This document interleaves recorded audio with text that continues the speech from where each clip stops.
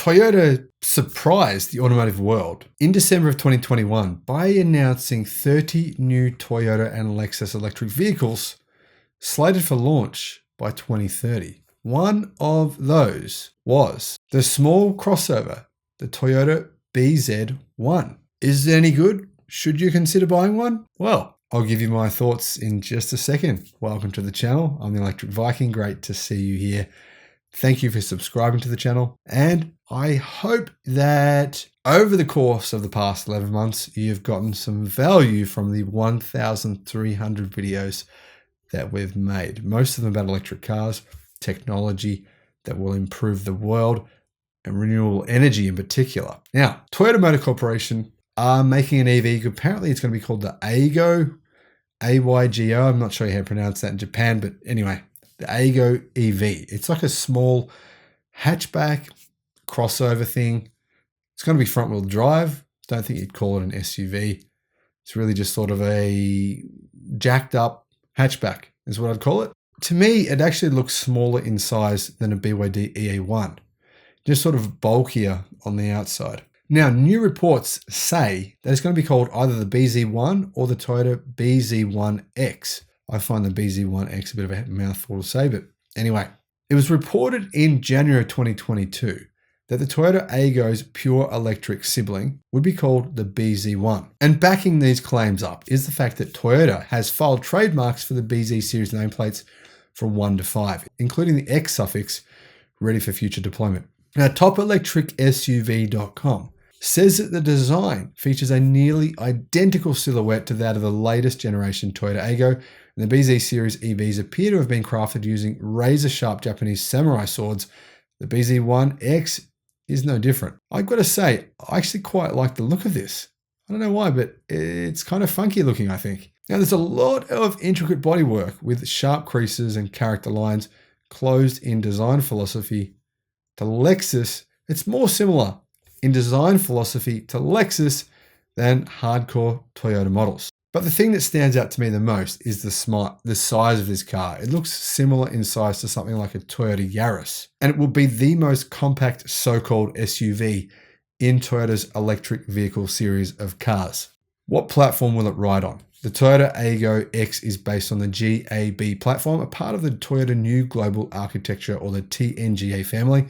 The BZ1X could use a mixed platform, people are saying. TopElectricSUV.com says that while the Toyota BZ4X, this car's mid-size SUV sibling, is accompanied by platform-sharing cousins like the Subaru Solterra and the Lexus RZ450e, the BZ1X, on the other hand, is likely to be a Toyota-only model. Automotive News reported in December of 2021 that Toyota is developing a new electrified vehicle platform called E3.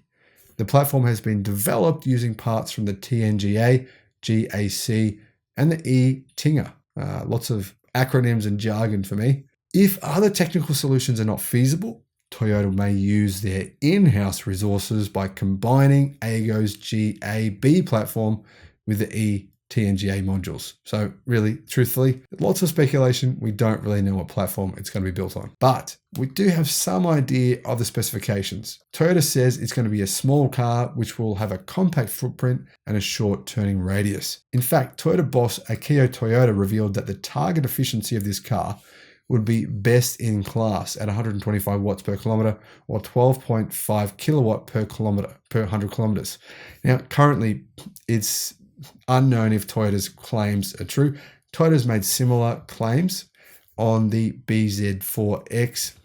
They're saying that it has efficiency which is best in class.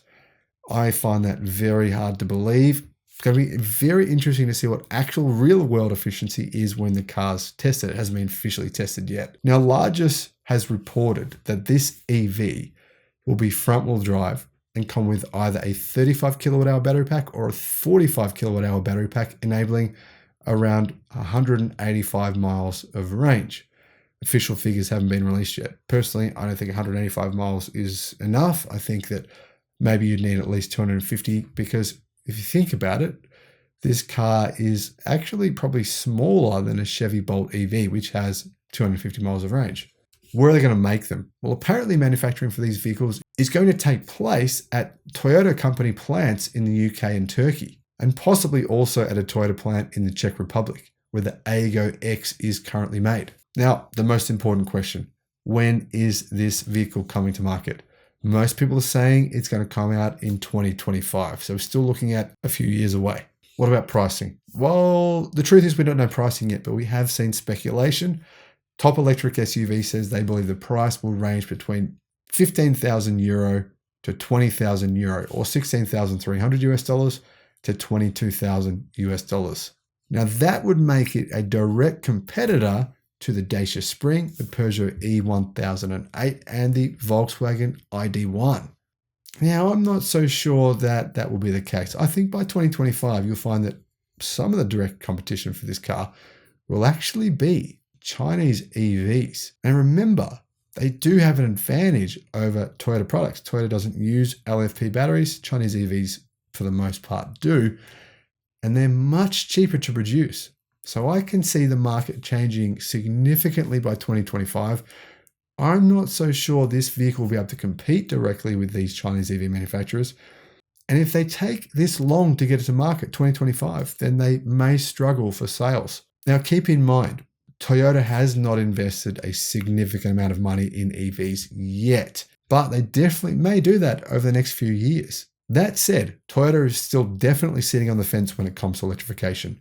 They say that only a small number of vehicles that they produce by 2030 will actually be EVs, around about 30 to 35, maybe even 40%.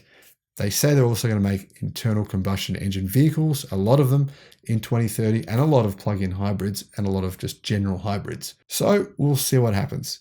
Personally, though, I've got to say, I quite like the look of this car. It's funky, it looks cool. I think Toyota should use LFP batteries. Hopefully they do. And hopefully they produce enough of them that consumers can buy them by the thousands, because that's what we need. More EVs flooding the market. Thanks for watching. Bye-bye.